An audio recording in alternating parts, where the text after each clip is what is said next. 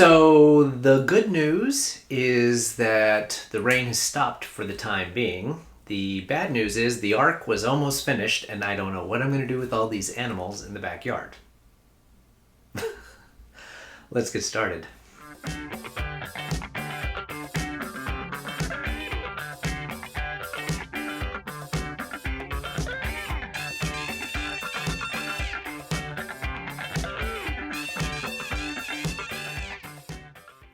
Welcome everyone to Gary Knits, Gary Rides, a Craftivism podcast at the intersection of making things and doing good. My name is Gary. I'm a knitter and a crocheter, and I am a cyclist with AIDS Lifecycle, a 545-mile, 7-day bike ride raising money for the life-saving work of the San Francisco AIDS Foundation and the Los Angeles LGBT Center. This is my 5th year doing the ride and raising money, and this year I am once again hosting the End AIDS Knitalongs and Crochetalongs, as well as D-Stash for Good, a fiber auction online to help my fundraising efforts. So it has been a busy couple of weeks. First, Happy New Year. You can find me at Gary Knits, Gary Rides on Instagram, and on Ravelry at GaryKnitsAndRides. Ravelry, we also have a group for the Knitalongs and Crochetalongs where we post pictures and chat about what we're working on. I should also mention that as part of the Knitalong and Crochetalong, we do a weekly Zoom call hosted by Creations by Valerie. The information for that Zoom call is pinned to the top of my Instagram feed. So if you head over to Gary Knits, Gary Rides, at the top of my feed, you will find the information for that weekly Zoom call, which is every Tuesday evening. As I mentioned, it has been a busy couple of weeks. For New Year's Eve, I attended the Fiber Hustle online bingo, which was a lot of fun, and thank you to Chip and Aaron for hosting that. If you haven't had a chance to attend one of their periodic online bingos, it's a lot of fun. There's prizes and lots of laughs. This one was a pajama party theme. I think on the last episode I showed the hat I had made for my pajama party. So that was great fun on New Year's Eve, and it was early enough that I could still then go watch a movie with my husband, which we had planned to do that evening. I think we watched Glass Onion, which highly recommend. I'm not sure it was as good as the first Knives Out, but I did enjoy it. And then the next day, New Year's Day, was the cast-on for the End AIDS Knitalongs and Crochetalongs Winter 23 edition. Talk about that in a minute, as I'm going to show you some of the progress I've made on my projects. But it has been a lot of fun to see all of those cast-ons happening. In fact, we just finished the first week and had our first round of giveaways. So every Knitalong and Crochetalong, we do a cast-on giveaway for that during that first week. Had lots of entries. Really surprised at the number of people working on the socks, which is fantastic. And I just dropped those prizes in the mail today to the winners who have already contacted. For the prizes for this first round of giveaways, we had calendars from Two Sheeps, their 2023 yarn calendar, and then some yarn cozies from Lila Styles. So thank you to Two Sheeps and Lila Styles for contributing those prizes for the giveaway. The winners were, on the crochet side, Walsh Central. These are just their Instagram handles because I don't want to give out their full names. Walsh Central on Instagram won for the Crochetalong. For the Knitalong, the shawl Knitalong, the winner was Must Eat, Must Hike, or Must Hike, Must Eat. I'm sorry. I'm going to reverse those two.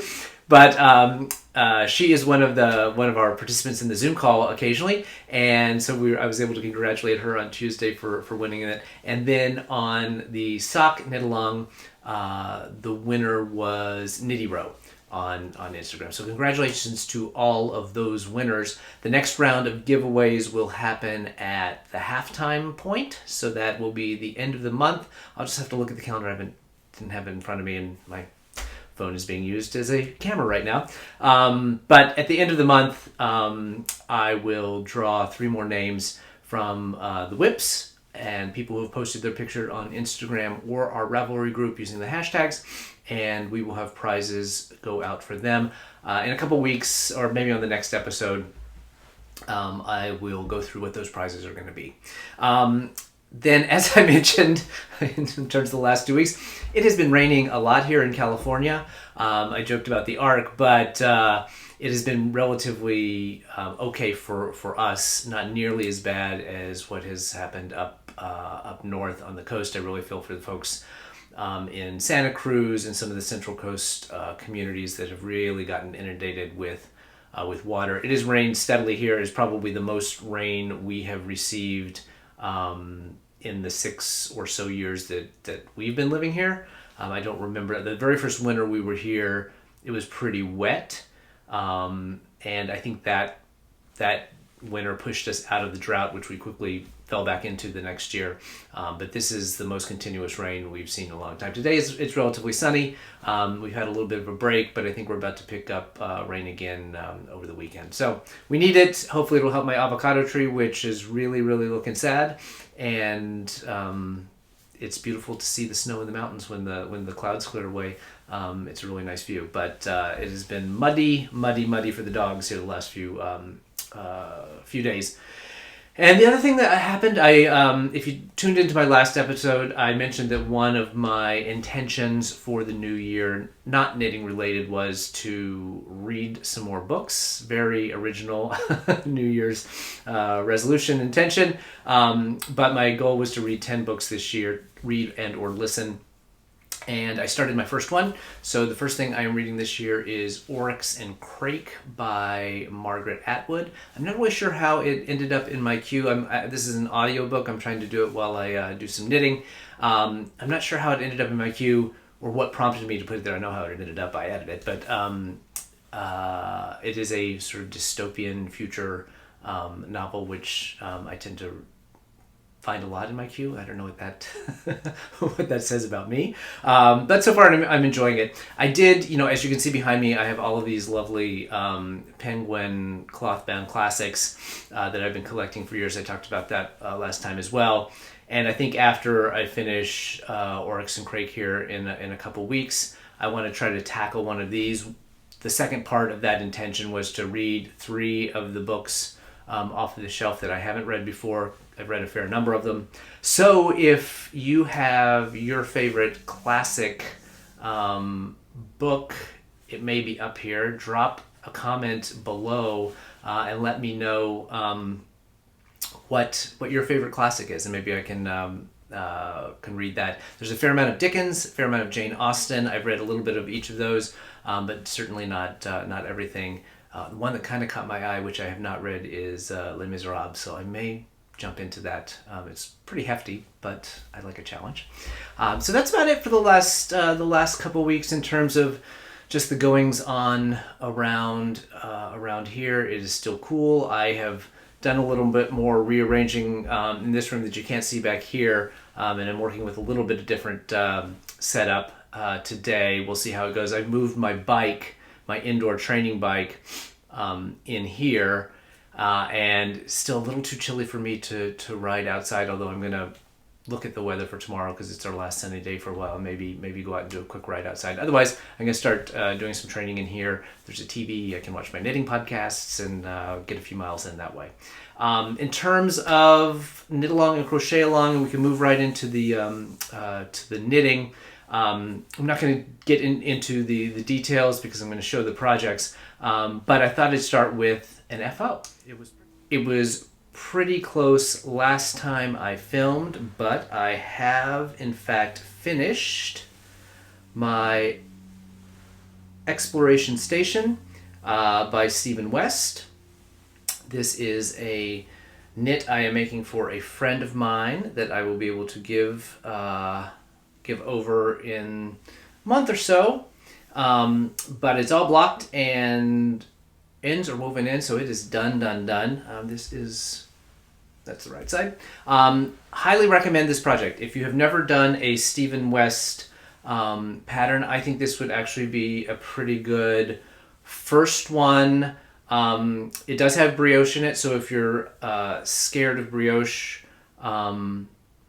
maybe not. But I think if you're willing to take a chance, he has some great videos on brioche, and it's just this one little section here. But it is relatively small for one of his designs. In fact, I think I blocked mine out a little bigger than it called for. It is 4 colors, but you barely use, or not too much over, like half of each skein. So you still have a fair amount left over. As I mentioned before, this is all done mainly in Ba yarns. The turquoise is Ba yarns. The rose gold, which is that purple and brown variegated, is Ba, as well as the dark gray, which you really see mostly at the very bottom on the chevrons.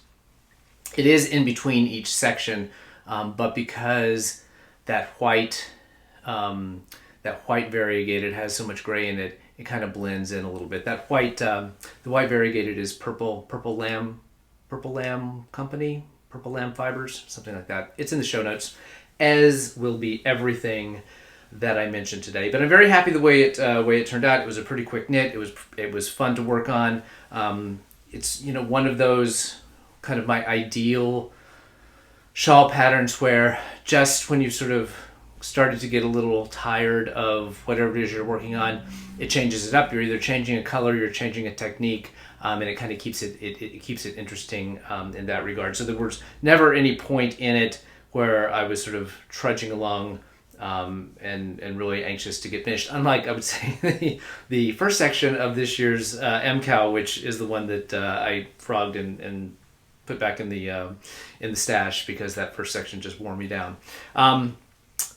So that is my FO, and all of the whips. I cleared up a lot of my whips over the past month so that I was ready to go for the Knitalong and Crochetalong. So I have started all of those and made a fair good amount of progress on each of them. I've been really surprised at how fast things are moving. I will start with the socks. So these, there we go, are the Resolution socks. I'm doing, there's the Resolution socks and the Resolution Light. I'm doing the Resolutions, which is the worsted weight pattern. The pattern is by Snowy Thistle Knits, and it is this really, really beautiful little, I call it a honeycomb cable on the front, and then I really love this moss stitch on the back of the leg, and then I have turned the heel and done the heel flap, turned the heel, and finished the gusset decreases, and I am on the first round of just the foot.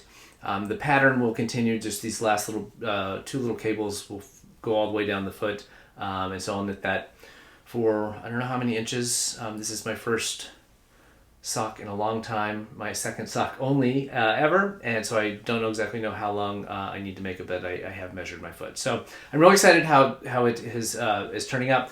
Highly recommend this worsted weight pattern because it's so fast. I had mentioned that one of my intentions for this year was to become a sock knitter, and that I was hoping that this project would sort of jumpstart my desire to knit socks and give me some confidence in becoming a better sock knitter. And this really has. I feel good about the way it's turned out. None of the problems that I'd had when I tried socks in the past, like these like gaps at the corners, none of that's happening here. So I'm really feeling good about it. I will say I started this, I didn't get gauge on the recommended needles. I think it was calling for a 5. I had to go down 2 sizes to a 3 to get gauge, which then allowed me to do the part up here in a 9-inch circular, because I have 3 US 3s in that, and I did the ribbing, the cuff in that, and started on the cables, and really found it difficult to do these cables because it's cable right on top of each other with the 9-inch. It was just too short and was really really difficult. So I had done a couple rounds of it and then switched over to Magic Loop, and it was so much easier. Really helped speed up the process. The cables are really straightforward. I've really gotten the hang of doing them without a cable needle, and the magic loop was really much easier for me in terms of the cable. I'm hoping that I mean, magic loop is pretty fast for me. I do think it's on straight knitting it may be a little bit faster to do 9-inch circulars, because you don't have to do that switch and pull thing that you do with magic loop. So I am hoping as I get into the year and start trying to find my recipe for vanilla socks that I can do some of that on 9-inch. And it may be at the end of the day that magic loop is just faster for me and I just become, a magic loop sock knitter. But very happy with these resolution socks. The yarn is from Laura at Always Be Kind Yarn. She did the kits for the sock Knitalong in 4 colors. This is her I Can Caramel in her woolly worsted. It's 100% superwash merino, no nylon, but it is really beautiful. I love the way the color's working up. So that is the sock. Very happy. I hope to have that foot finished probably in the next week or so, and then move on to the right sock. It's a mirrored pattern, so I was thinking about doing 2 at a time, but just realized that one, I don't know. I probably do have a cable needle that would be long enough, but because they're not the same, the 2 feet are not the same. I thought reading 2 charts and trying to remember which sock was which was going to be too much for a pretty novice sock knitter.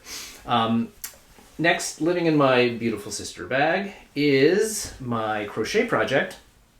So this is my It's Better shawl from Austin's Crochet podcast. He put together this colorwork crochet intarsia shawl. I think I'm on section 7. I just started this section, which are you're going from double crochets to half double crochets, and it finally introduced the third color, and I think I do the rust right on top of this, and then start. I don't know. I haven't looked that far ahead in the pattern if I go through another intarsia section or not, but it is getting long-ish and not very wide yet. But I know there's a big mesh section that kind of widens it out at the end. But I think I'm on using my Furls Pride crochet hook. I think that I think there are like 10 sections before you get to the tassels, and I think I'm on I think this is section 7. So not too many more sections, but as you can see, the sections can be pretty long. The yarn that I'm using here is the blue and the rust. So the blue is Paris in Autumn, and the rust is Burnt Orange, both from Louisiana Yarn Guys, who did the yarn for the Crochetalong and two different color palettes. I went off book with my third color. The color that Austin had picked and Louisiana Yarn Guys had dyed up for this particular palette was a teal blue, but as you can see, and it really showed up right, I don't know if you can see it there, but there is in the Paris in Autumn color, there are some little flecks of green. The rust or the burnt orange is really visible in there and really is great looking with the burnt orange, but there are some bits of green, and I talked for the last couple weeks about trying to pick a green from my stash that I thought would pull that out. And I mean, I only got 2 rows of it in here, but I really like the way that it's looking. I love the rust and the Paris in Autumn together. I think it looks really great. Enjoying the pattern so far. As you know, I am not as proficient a crocheter as I am a knitter. This is the first time I'm ever trying intarsia in crochet, and I am enjoying it. I will say, as I would imagine, I haven't done a lot of intarsia in knitting either, but there's a lot more ends to weave in when you're breaking the yarn to do the intarsia. And I don't know if you can see this, but the only thing, and it's not a pattern issue, it's just probably a technique that I haven't quite figured out. You can see the little, where you have to carry the yarn up as you change yarn, you get those little floats like right in there. And I've played around with different ways, like here I've kind of tried to wrap it a little bit more, or really wrap it around one, but you still get those floats. And I've Googled and have not found any tips on making that a little tidier. So crocheters, if you have any tips on this technique, this intarsia technique, on how I can kind of hide those floats a little bit better. I don't know how much more of it I have, but just for my future edification, it would be good to know. I don't think it looks terrible, but it does create a obvious right side, wrong side, which I think is pretty unavoidable in intarsia anyway, in knitting at least. It's usually on the inside of a sweater where you've got lettering or designs or something like that, or socks. But if anyone has any tips, I would love to hear them. Like I said, I've Googled, crochet and intarsia color change, and most of the time they'll show it where it's a single crochet, and so the height is not as big of a height difference, so you don't have as long of a float to carry, and I think it just blends in a little bit better. So if anyone has any thoughts on how maybe I could better do that on these double crochet rows, that would be appreciated. But I do like how it's turning out.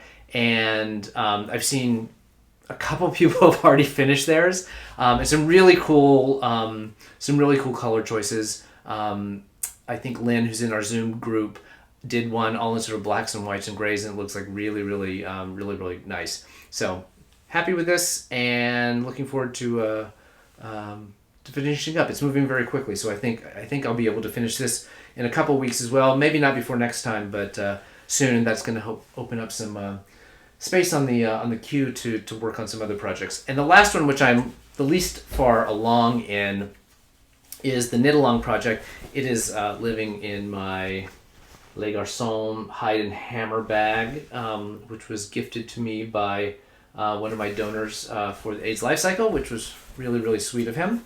And that project is the reconstructed shawl. And before I show it, if you recall from last time, it is a triangular shawl with a main color, which, so the designer is Maggie from Yarnaceous Fibers, and she also dyed up the yarn kits. And her kit was a grayish main color, which you need about 150 grams of, fingering weight. And then there were 6 minis, which she had done in like a muted rainbow color, where you do some slip stitch color work in sections throughout the shawl. And because I had a project from last year that had kind of a muted rainbow vibe to it, I decided I wanted to dig in my stash into my minis and try to come up with a different color palette. I loved the grayish, and I wanted to keep the grayish. And if you watched the last episode, I kind of had 2 sets that I was looking at. One was from Treehouse Knits, which was her Cocoa collection, the minis of all the solids in the Cocoa collection, that kind of leaned to the orange and red and pink side of things, and then a set of random minis that I pulled out of my stash that were a little more on the blue-green side, but sort of a muted, moody kind of palette. And I kept struggling with each of them because in the Cocoa collection, there was this navy blue, the underworld color, if you're familiar with that collection, that just kind of stood out from the rest of the colors. And then the other palette, which had more blues and greens, but there was like a chartreusey yellow and an orange, and I couldn't figure out an order of them that I really liked. And I was, for some reason, stuck in my head that I couldn't break up the Cocoa collection because it's a collection, and I don't know. We can talk to a therapist about what that was all about. But at some point, I was just like, why not? And I took the orange from the other palette, which was from a Seismic Yarn Mini, and replaced that navy blue that I thought felt a little out of place. And so I ended up with this as my palette of minis. And you've seen this if you tuned into my Instagram live, and you've probably seen it on Instagram.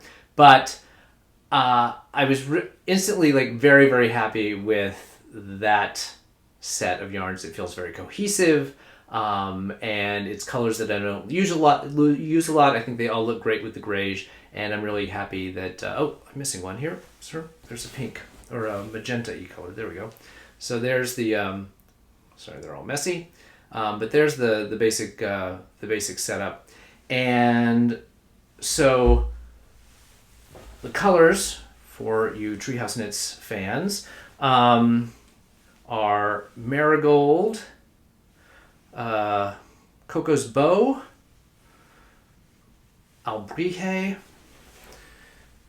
Antique Vase, and Carnation. Those are the cocoa colors. And then added to that is this one-of-a-kind seismic yarn orange, which I thought was also cool because Yarnaceous Fibers, Treehouse Knits, and Seismic Yarn are three of my favorite dyers, and so to have them all in one project I thought was kind of cool. So I did get started on it. I've gotten to the first colorwork section, so there is a nice textured sort of grayish section before you get to the first colorwork section, and I've started with the Marigold. I'm 2 repeats in, I think, out of 8 or 9, and it's a lot of fun. It is, she calls it an asymmetrical triangle.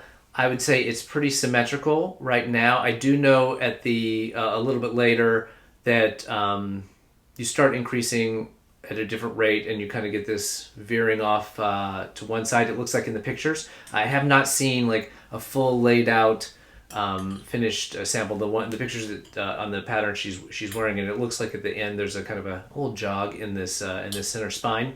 But I've seen a lot of really cool versions of this from the folks that are working on it, both in our Zoom group and just on Instagram. A lot of people are doing her rainbow colors, and then a lot of people either dug into stash or did kind of what I did, which was take the grayish color and then pick some other minis. So it's really, that's one of the great things about doing the Knitalong and the Crochetalong is seeing all of the different projects and how they come together. So definitely follow along those Instagram handles to see everyone's projects, but a lot of people are much farther along in their reconstructed shawl than I am, but I don't think everyone is knitting or working on all 3 of the projects simultaneously. So I have a feeling I'm going to finish the socks and the crochet shawl in relatively short order, and then it's going to probably take me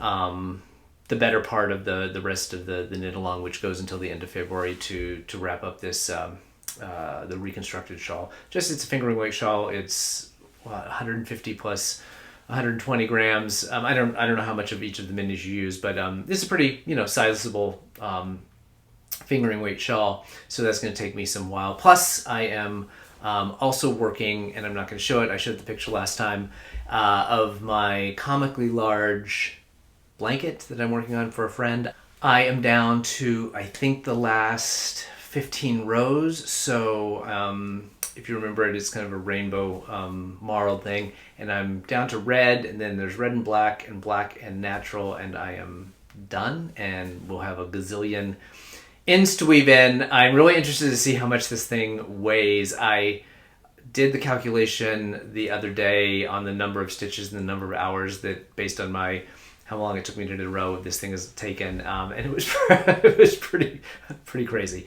So what I will, once I get it finished, I will wait, and I'll put all the stats out there. But it has become this kind of white whale of a project, and it's comically large, but it's also comic in that at the end of the day, I don't think exactly what my friends wanted in the first place. They'd shown me a pattern, or shown me a finished throw where the stripes went horizontally, and as I mentioned, due to some miscalculations and me figuring out something too far into it for me to rip out, and I just kept going. Now it's gotten so big this way that the stripes are actually, the short way, not the long way. So it is what it is, and they're going to get it, and they will either love it or they won't. But it'll be out of my hands at that point.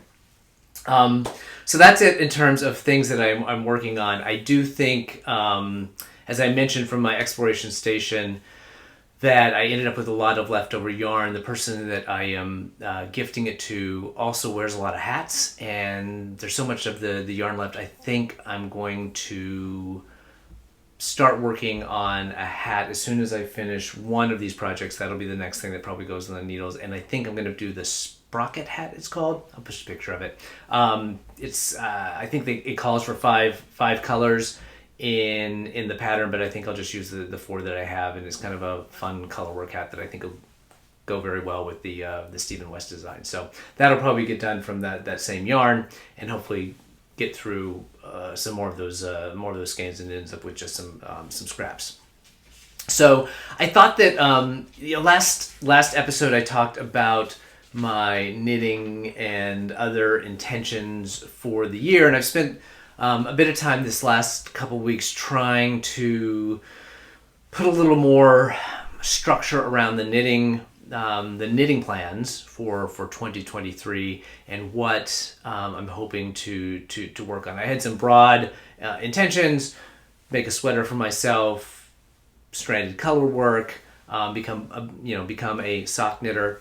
And I spent a couple hours this last couple of weeks going through my queue and trying to figure out what exactly might work into those intentions, given that I have the Knitalongs and Crochetalongs to also participate in. So I wanted to talk a little bit more. I've been seeing people on Instagram put up their little make nines where they pick, or these bingos where they either have their sort of intentions or specific projects that they're hoping to work on. And I guess this will have to count as I haven't done my little grid for Instagram, just because some of it's a little amorphous, and some of it's things that I can't talk about because they're Knitalong and Crochetalong related, and they have to remain secrets until we announce them later in the season. But I thought I'd talk a little bit about that and see what you all thought. A couple of them I'm not sure which way to go on, so I was just going to go through some of the things. So one of the things, as I mentioned, is I wanted to make a sweater for myself. I have only ever made baby sweaters, and then I made my very first adult size sweater for my husband last year. I think it was a cardigan. And I've never made one for myself, and I have plans to go to Rhinebeck this year, and I thought, what a better opportunity than to make a sweater that I could wear to Rhinebeck, which in my mind meant some sort of color work yoke sweater. And initially I thought, since I wanted to do some stranded color work, that maybe I could combine those two things. So one of the options I have, and I do have yarn for either of these.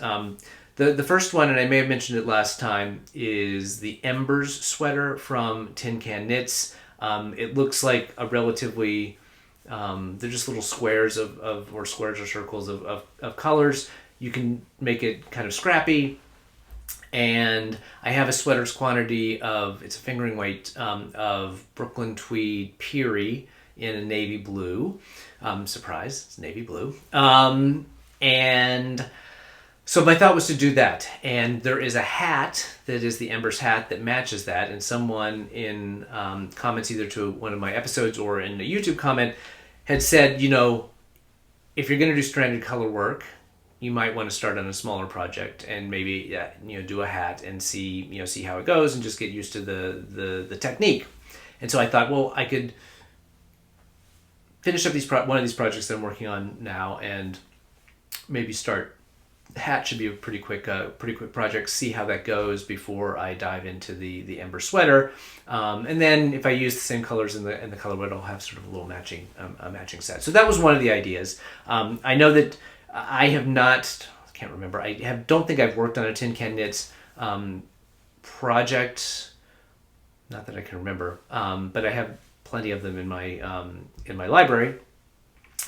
And I know they are kind of universally viewed as being very well written, so I thought that would be a good a good place for a pretty beginner sweater knitter to start. And they also come in a gazillion sizes. And so I thought that was probably a good thing. Then I got a sweater quantity of a DK weight yarn, also in navy blue.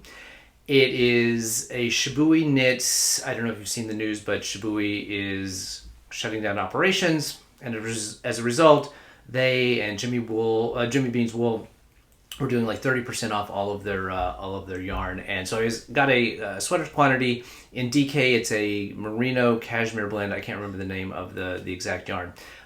So I have enough of that of a DK weight yarn to do a DK weight sweater, which had me going looking at possible sweaters to make.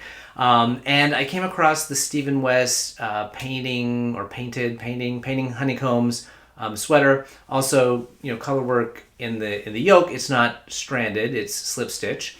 But I've had very good experiences with Stephen West's patterns. It's a sweater that I like the look of. I think I could have a lot of fun with the colors in the yoke. And it also has a hat. And now I don't think technique-wise I need to do the hat to learn the technique, but it is there, and I could have this sort of matching, the matching set idea, and I love knitting hats. So those are kind of the two things that I'm thinking about as potential projects for the sweater. And the stranded color work, the Ember sweater would obviously sort of tick off the doing stranded color work box for things that I would like to get done this year. But I also have in my queue, and it's been there for a long time, the holiday doodle cowl and hat. And I have the yarn already from Madeline Tosh. So I could do that or any other number of stranded colorwork hats or something like that to sort of scratch that itch in this year. And so I don't know that that's necessarily the decided thing. So my thoughts were the DK one would be probably faster to knit up. So if you've had experience with either of those patterns, or you have any thoughts on, one technique or one weight of yarn, versus the other, they're both, pullover crew necks. I have not looked into the construction of them beyond that. I assume they're fairly similar since they both have colorwork yokes, but this is showing you exactly how much I know about sweater construction. So any thoughts, please drop them below in the comments. Help a guy out. So that was, that's going to be one big project. As I also mentioned in the intentions last week, were to complete my blanket project. So I have the comically large blanket that I'm working on now. Hopefully finish that before I see you next and be able to show you that. And then I have one that has to get done this spring. That is the Windy Day Blanket by Pearl Soho, and that is for a friend of mine who is graduating from high school, and I've been trying to knit or crochet blankets, afghans for all of our friends' kids who are graduating from high school over the past few years, and to send them off on whatever their next step, whether it's college or whatever, with a handmade gift. And so she and I sat down. She picked out this blanket. She picked out the colors. It's all done in, I believe, Malabrigo Rios. Maybe next time I'll pull those out of the box they're tucked away in, and show you the colors that she picked out. I just started looking at the pattern. As you can see from the picture that I put up, it's well, maybe you can't tell, but it's modular. So you knit squares and then you join them. I think you join them as you go, but it's all just very quilty looking. It's all triangles that then form squares. So I think it's mainly garter stitch. Maybe it's not. Maybe it's stockinette, but lots of picking up stitches. I do know that. But hopefully it works up pretty quickly because of the weight of the yarn, and I can get that done before end of May. So that's another big one. The other blanket that's in the queue, I'm going to give myself, I said the intention was to finish those all this year, but I'm going to give myself a little wiggle room on the last one, which is called the Kurdock, I think is how you pronounce it, blanket. Here's a picture. It is gorgeous, by Carol Feller, gorgeous cabled cabled throw. It is a housewarming present for a very dear friend of mine. She picked out the pattern from some I had sort of pre-selected that I was interested in working on that I thought she might like, and that was the one she picked. I'm really excited about working on a big cabled piece like that, and she's picked out this really beautiful wool alpaca blend to work on. I don't think it's gigantic, so I don't think either of these, well, certainly none of them are going to be as big as the comically large blanket. I hope to never ever work on a blanket as large as that again. But I don't think it's giant. I think it's like a throw sized thing.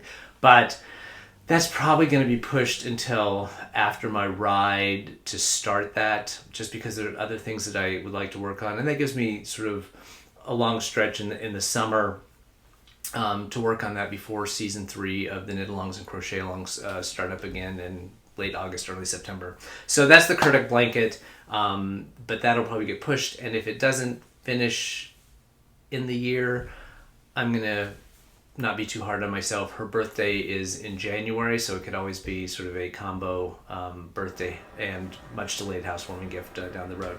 So then I have the Knitalong Crochetalong thing, so the Pride, Crochetalong, and Knitalong. I can't tell you about them, but those are obviously getting done. I have mentioned that the Crochetalong is a garment. It's going to be my first ever garment, and I will have that done before any of you even start the Crochetalong, because I am doing a test of it in the colorway that the designer has picked out for the Crochetalong. So I'm excited about that. I've never test anything before, and I've never crocheted a garment, so that is going to be fun. The yarn is fantastic. I'm really excited to work on that project, and I think it's going to be pretty fast because it has a little bit of an open work feel to it. So hopefully that will move quickly and not be too challenging on the construction side.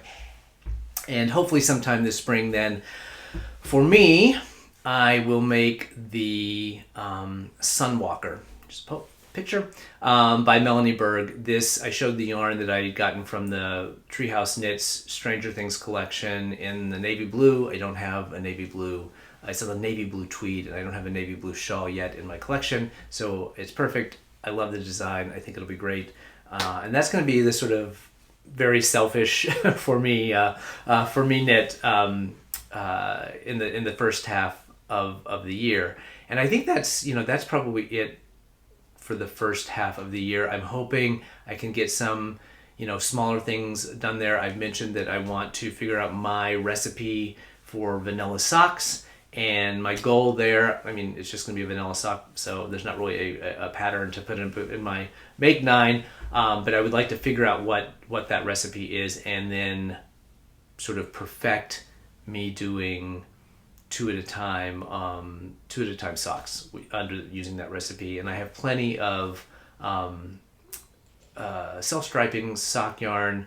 Some has been ripped out from previous attempts at trying to become a sock knitter, and I'd like to work through some of those. And it's just because I'm going to be working on so many larger projects, I'd like to have some smaller ones that I can kind of take in the car and not have to schlep a giant bag of stuff with me and 80 balls of yarn. And then hopefully try to get some hats. As I mentioned, I want to try to get 10 hats knit for charity this year for Knit the Rainbow. I do know that 2 of those are going to be Lotus Flower beanies by Bee Knits.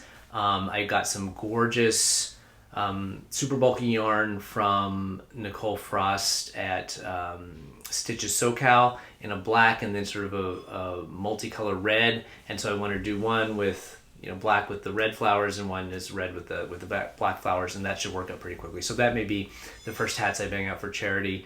If you have any favorite, I put aside a bunch of chunky worsted and heavier yarn that I didn't think was going to get used for things for me, that I've kind of put in the charity bucket. And so if you have your favorite worsted or greater hat pattern, if you like to do charity hats, let me know what it is. I'm hoping to try a bunch of different ones this year, and play around with different techniques, but obviously something that works up relatively fast and uses those weights of yarn. So I have a lot of those sort of teed up all ready to go, but hopefully I'll be able to get a couple of those hats done in the first half of the year. And then the second half of the year, The Stephen West Mystery Knitalong I've left a spot for. I will start it again. I have been emboldened by my frogging of it this year to say that, you know, if I'm not loving it as it gets going, that I can stop and I will have another Stephen West pattern teed up. I think that this time it would either be Slipstravaganza, which I know is gigantic, but I have yarn all picked out for it, and I love the design, so I think that would be fun. Or Vertices Unite, which everyone seems to love. I also have yarn already picked out for that. So if we get to make along season and I'm not loving the make along that comes up with, I have those two in the pocket to work on, and then I'll have that for myself. So I think those are mainly. Oh, the only other one that somehow I want to squeeze in is another for me. And that is, and I'm going to show it, I'll just show it now, because we're about to move on to acquisitions anyway, is the Trifecta shawl. I made one of these last year. It was the winter Knitalong shawl for season 1. It was a mystery Knitalong at the time. It's called the Trifecta shawl, and the designer is Evan Bale O'Keefe. And I keep forgetting to when I got that massive order from Treehouse Knits that I showed several episodes ago, I felt like I wasn't showing it all. Didn't feel like I was showing it all. And then sure enough, I in the bin back here where I have stuff that I'm hoping to work on soon. At the bottom of the bin there was another set of yarn from Treehouse Knits, and it was for the Trifecta shawl. So as we move into sort of yarn acquisitions, this is a couple weeks old, so it's not a new acquisition, but it's new for you. And I'm doing it in sort of greens and browns. So it's a DK weight shawl, 3 colors. And the way it was a mystery knit along, you kind of, it was kind of like pick a number between 1 and whatever, and then if it's this number, do this section. And there were kind of 3 stitch patterns. And so each person's looked similar, but was slightly personalized based on which stitch patterns you either chose out of the hat or you liked. And it was a really fun knit, and because it's DK weight, it worked up pretty quickly. So the 3 colors that I've chosen are Dante, which is originally from the Cocoa collection. Sorry, I'm getting a little bit of shadow here. So browns and grays, and then going with that is Katinka. This is from Stranger Things, so get a little bit more greens in there. And then alongside that in the Tweed DK is Motherland. And I got, sorry it fell, to throw in there somewhere along the way, I have in Destined for Another Dimension, her silk mohair. And so I thought I would randomly throw in mohair to the mix, but have a nice green-brown story shawl for the Trifecta, and it should work out pretty quickly. So that's the other one that I'm hoping to get done for me. I would like to do more. We'll just see how the year progresses. There's a lot of fairly big projects, and I just want to give myself enough time on the sweater, just because when I did the sweater, my first sweater, the sweater for my husband, there were a couple false starts. It took me a while to sort of get into it. Maybe having a deadline like Rhinebeck will help me. And hopefully, because I think I have a little bit more travel time this year for business and pleasure, which is awesome. Long plane flights make for good knitting time. There are no dogs to disturb you, no dinners to cook. And so hopefully I can get some more things done, but I want to leave myself enough window in there to really take my time on the sweater and make sure that it turns out great. And so any thoughts on any of those? If you've worked on any of those patterns and have any tips, let me know in the comments. I'd love to hear from you. And I guess we can talk about, it's not been a whole lot of acquisitions. As I mentioned, my big intention for the year is net negative yarn. I watched a podcast, oh my gosh, I don't forget it, Starlight and something. And she was sort of inspired me. She has like a 10,000 meters, 10,000 yard goal for the year to de-stash by that amount. And I don't know if I'm ambitious enough to put a number on it yet, but net negative. So I'm kind of working on a 1 in, 1 out, and I'm going to have to work a little bit faster than that to make it a net negative, because I know I'm going to buy yarn. I know that I'm going to buy yarn tomorrow, actually, and I'm going to tell you a little bit about that in a second. But I know I'm going to Maryland Sheep and Wool. I'm going to go to Rhinebeck. I'm going to pick up stuff. There will be some fabulous collection that someone comes out with that I just, feel attached to and have to get some. But I have de-stashed for good as an out, and I'm going to try to do most of my Knitalong, Crochetalong knitting after this first round from stash. So it's really, that only means the Pride Knitalong and whatever happens in the fall. But I know I'm going to buy the yarn from all the dyers, but I'll probably use those as giveaways as we go into each of those, because I want to support them because they've supported me, but I also want to be mindful of the stash and starting to whittle that down as best I can.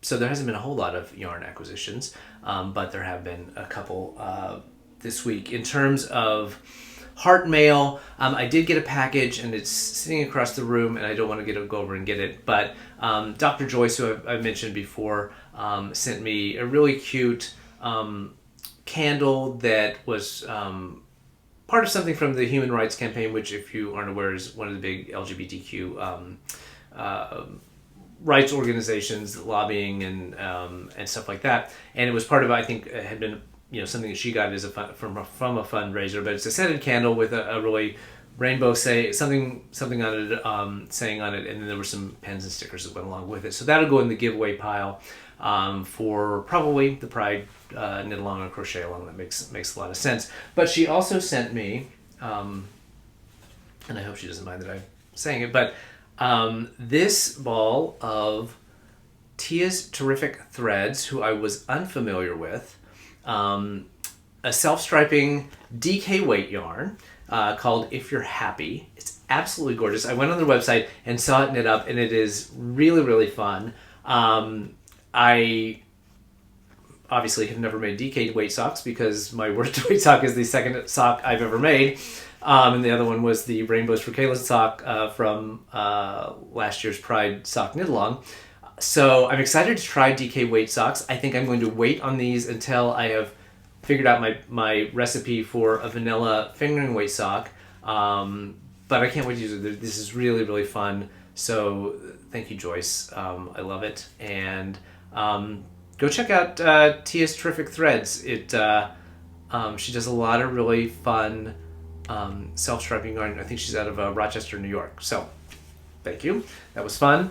And then the other thing, or two more things that came. One is my regular, I've mentioned before, I'm a member of Magpie Fiber Society.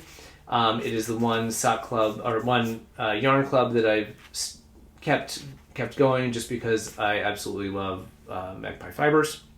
And so I chose, you get to choose they do a speckled and a variegated every quarter, and you get to choose two of the same or one of each, and I chose two of the speckled.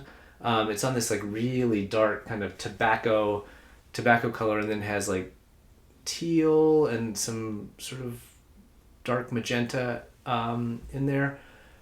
Not sure what I would use this for.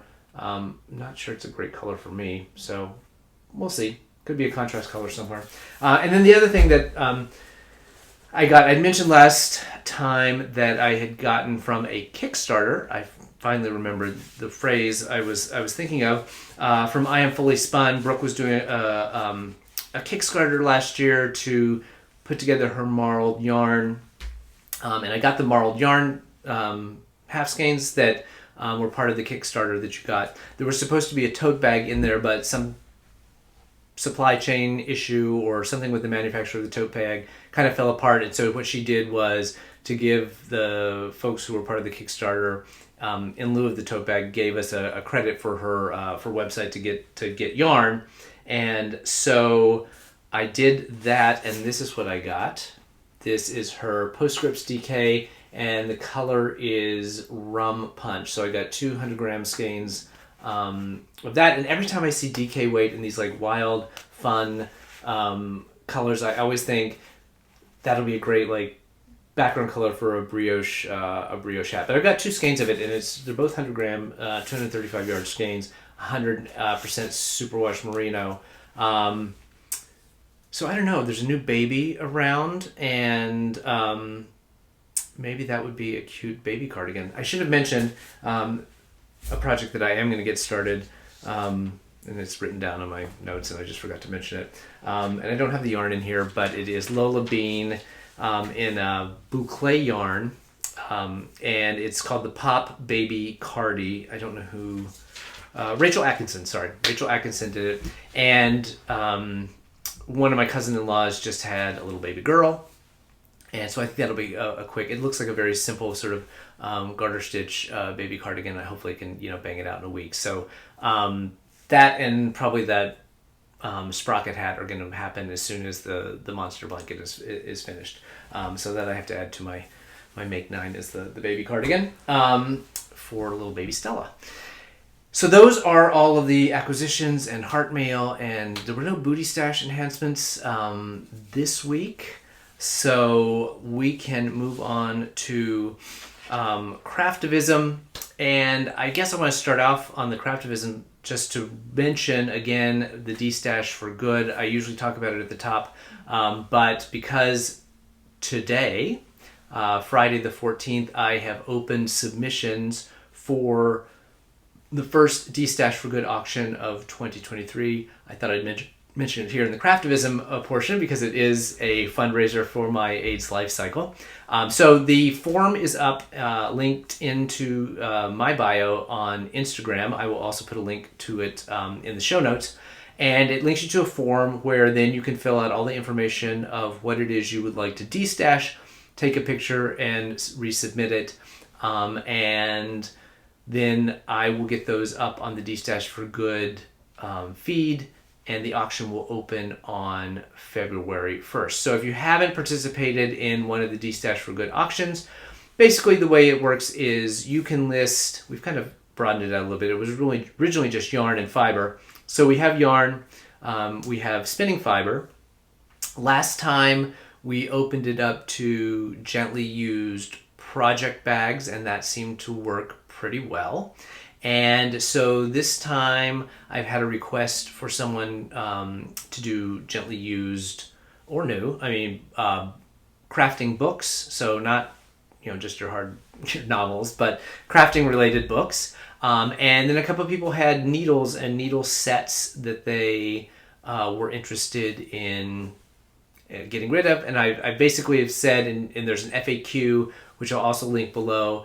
Basically it's just be very, very clear about the quality of what you are listing. If it's not yarn, I assume that your yarn is in good shape. We only allow full new skeins of yarn, so no mystery balls, mystery fibers. It has to have the tags on it and have the fiber content and all that stuff. But if you're very clear about the quality of your books and your project bags and note any tears or stains or whatever might be on them, I said I was willing to give it a shot. The project bags did sell last time. In fact, I think there's only been like 1 or 2 skeins of something that haven't sold at all in both of the auctions that we've done.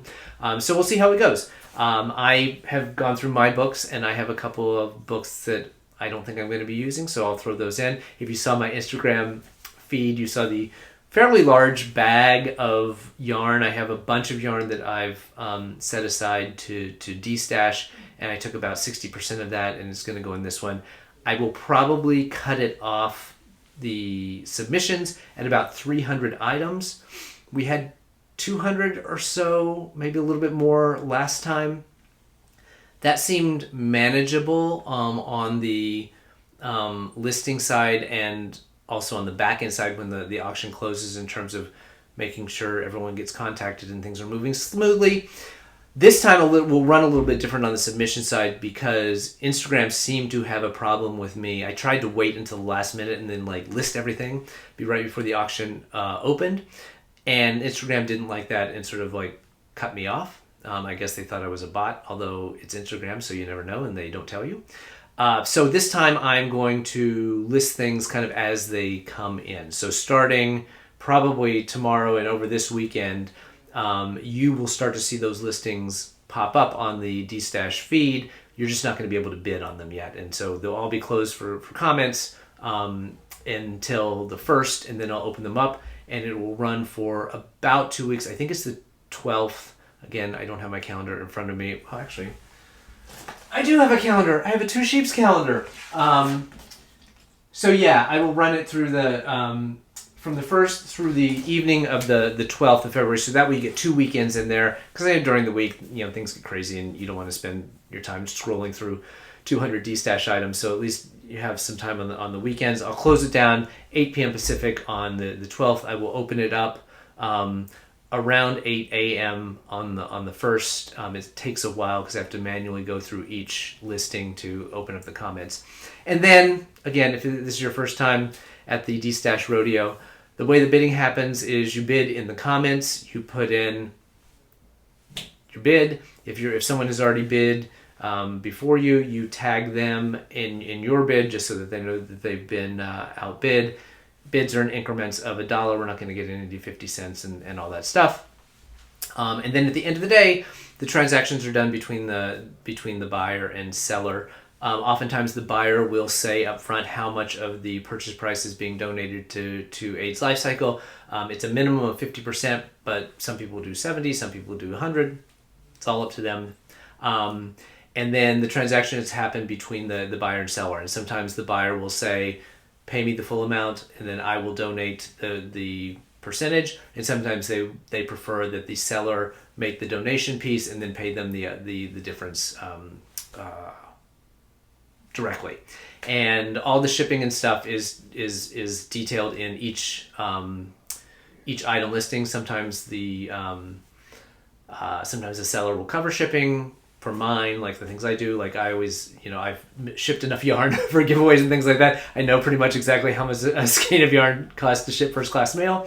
And so I always say, like, you bid, and then the shipping is going to be $5 for a skein yarn. I think it's gone up a little bit. It's more like $5.85 now. But anyway, so that's the way it works. And then at the end, once things are closed, I shut down the comments. I let everyone know who the winners were, and you guys all sort it out. I'm always around if something doesn't work out. So that's the first Craftivism thing, is our upcoming DStash for Good auction on the 1st of February. So get those submissions in.